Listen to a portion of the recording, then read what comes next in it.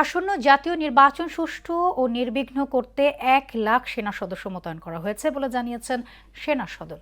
দুপুরে এক ব্রিফিংয়ে সামরিক অপারেশনস পরিদপ্তরের পরিচালক ব্রিগেডিয়ার জেনারেল দেওয়ান মোহাম্মদ মঞ্জুর হোসেন বলেন, এবারের নির্বাচনে বড় হুমকি সামাজিক যোগাযোগ মাধ্যমের অপপ্রচার।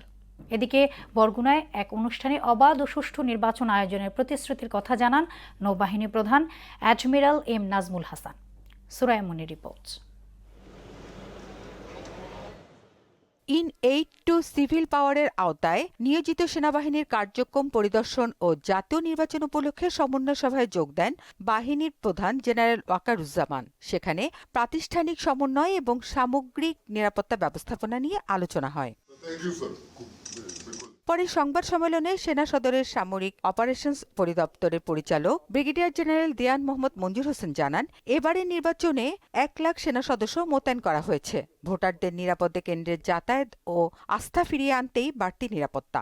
বাংলাদেশ সেনাবাহিনী গত 10 জানুয়ারি 2026 তারিখে আমাদের যে মোতায়েন সংখ্যা ছিল সেটা 35,000 থেকে বাড়িয়ে আমরা 50,000-এ উন্নীত করেছি এবং পরবর্তীতে 20 জানুয়ারি 2026 তারিখে 1 লক্ষ সেনা মোতায়েন করা হয়েছে।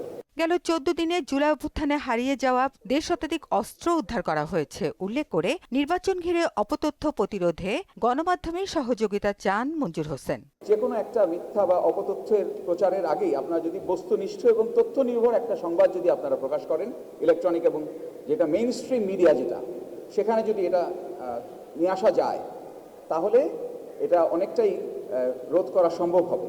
14 দিনে আমরা প্রায় 1.5 শতাধিক অস্ত্র উদ্ধার করেছি, যার অধিকাংশই দেশি বিদেশি পিস্তল।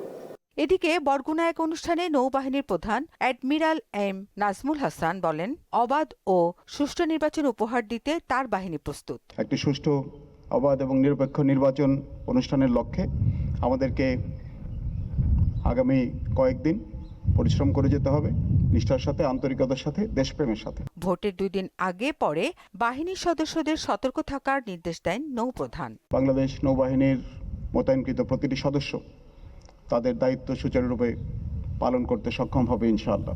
সুরাইয়া মুন্নি, মোহনা সংবাদ, ঢাকা।